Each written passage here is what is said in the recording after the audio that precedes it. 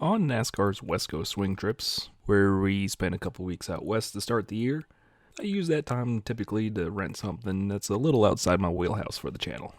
This time around, I rented a 2018 Alfa Romeo Stelvio TI. A very good little luxury crossover.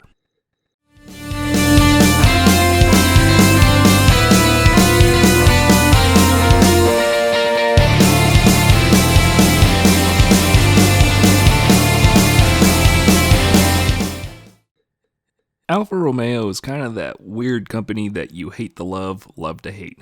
They make great cars that have a tendency to break down. Often. They also kind of struggled throughout the years. The brand never really took off in the States and quietly exited the market in 1995. Years of rumors went by where they would tease a return, and that return began in 2008 with the low production 8C Competizione. Those plans were realized for real with Fiat's purchase of Chrysler in 2009. But it wouldn't be until 2014 when Alfa jumped right into their return for real with the much more affordable 4C sports car. Next came the BMW 5 Series fighter, the Giulia midsize sports sedan, a beautifully flawed car. They followed this up with the compact luxury crossover, the Stelvio.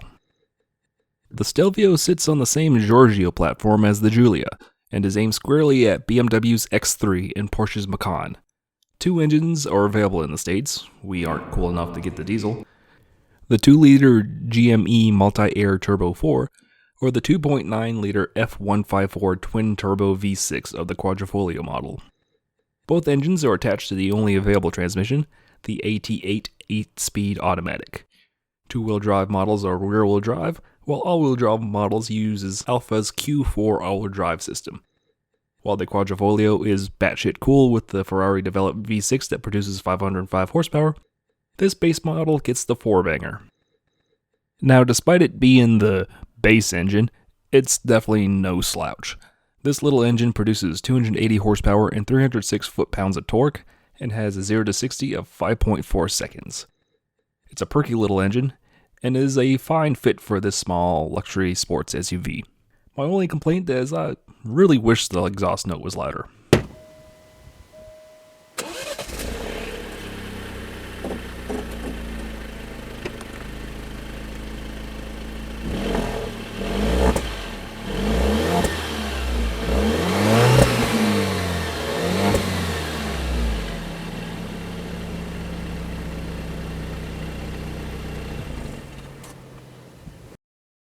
Yes, I understand this is technically a luxury crossover, but it's an Alfa.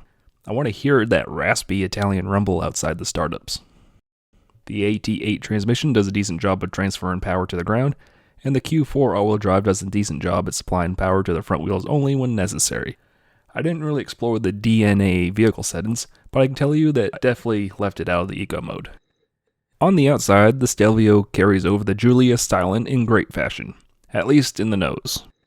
The rest of the Stelvio looks okay, a nice clean rounded design that looks a little too Porsche Macan-esque from the rear, but that front 3/4, that's the view you want. Alfa's famed Scudetto, that's little shield in Italian for us uncultured Americans, grille is incorporated nicely here, without falling into that monster grille trap that many luxury crossover manufacturers are falling into. Looking at you, BMW and Genesis. This mid-level model is the TI, and features those great 20-inch aluminum wheels, when not hit with curb rash like this one, and upgraded interior materials. The red interior screams Italia, and goes great with the famed Rosso exterior. And of course, Alfa doesn't let you forget that it's an Alfa Romeo, as you get badging everywhere. Headrests, door sills, the key outline in the center console, of all places, it's everywhere. You drive an Alfa Romeo, and the world has got to know it, god dang it. Sitting in the Alfa feels great. Now, I will admit I don't have a lot of experiences in modern FCA vehicles, but a lot of this switchgear leaves a little bit to be desired. The window switches and knobs feel like they'd be home in a Jeep rather than a BMW competitor. But that red interior hits me right in the feels. The steering wheel looks like it's straight out of a sports car with its small squared off size and the ignition button on it. Like a Ferrari. The gauge layout is nice, although I admit my dumb ass couldn't figure out how to work the radar cruise control or shut the lane keep warning that keeps on shouting throughout the speakers.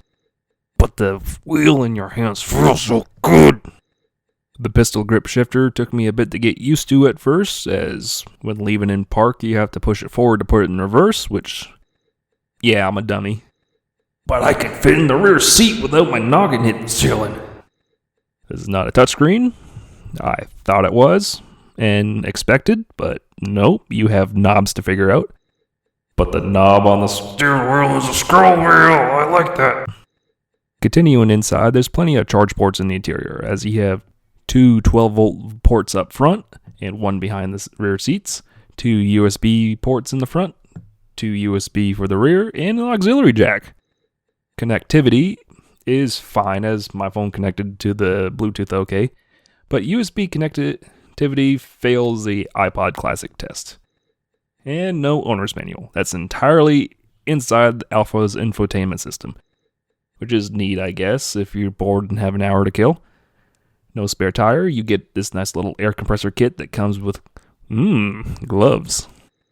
The rear seats fold kind of flat, and you have two separate latches, either from the rear cargo area or the rear passenger seat area. That's neat, I guess. Power hatch, as standard, screams at you with a loud beeping sound as it slowly opens and closes.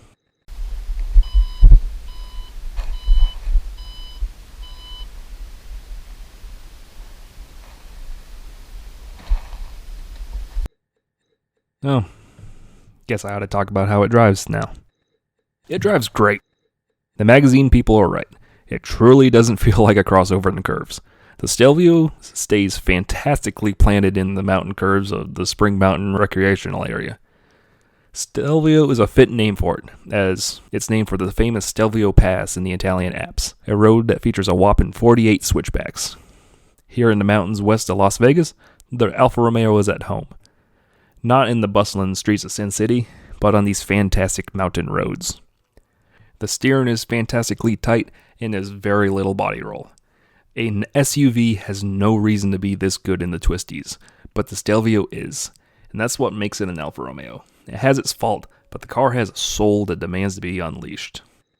While most luxury sports SUV manufacturers are trying to sell you an SUV that's supposed to feel like a sports car, this one actually does.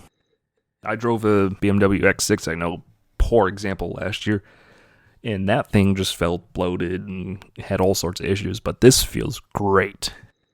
And it's a shame that the Stelvio doesn't sell better. A lot of it is self-induced by Alfa Romeo, as the brand's return to the States has been littered with reliability issues.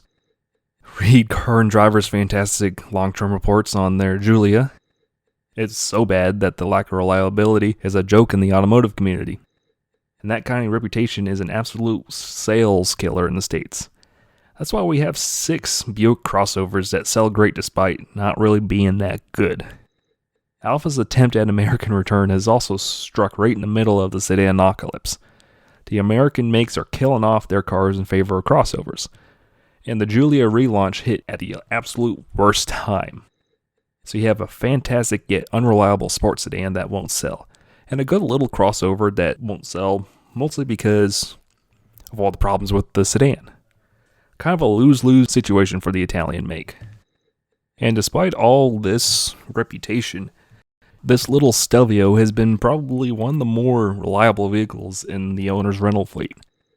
His BMWs and Jaguars, he says, he's got a lot more problems with. This one has always started up and worked for him. The biggest problem he had is that what he called like his worst rental experience with it, when essentially the guy didn't return it and wrecked it a month later. But he says it's probably one of his favorite vehicles in his fleet because it's unique, it stands out, and it works every time he asks. Kind of a different experience that everyone seems to have with their Giulias. And I don't blame him. I like this Stelvio. That's the beauty of Alfa Romeo. They're good-looking cars that drive fantastic. They are also known for being horrifically unreliable. And the interior's got some shortcuts. But you get behind the wheel and you forget all the flaws. I love this little Stelvio. In an area where cars are becoming amorphous blobs that are meant to be appliances, here comes Alfa Romeo from Italy to remind everybody that cars have to have soul. The Italians have plenty of issues with trying to build cars, but they know how to make one that hits you right in the feels. 2018 Alfa Romeo Stelvio TI. Proof that crossovers don't have to suck. Thank you for watching another episode of Wookie Drives. This is kind of the second part of my yearly West Coast swing video, as this is the second of the Turo rentals I did of this trip, the other one being that Buick. If you have a car you'd like to have on the show and happen to be in the Charlotte, North Carolina area, message my Twitter at WookieAutomoTV or message the channel's official Facebook page at facebook.com/WookieDrives. Be sure to like the video, leave a comment, and hit that subscribe button for more Wookie content. Thank you for watching, and have a good night.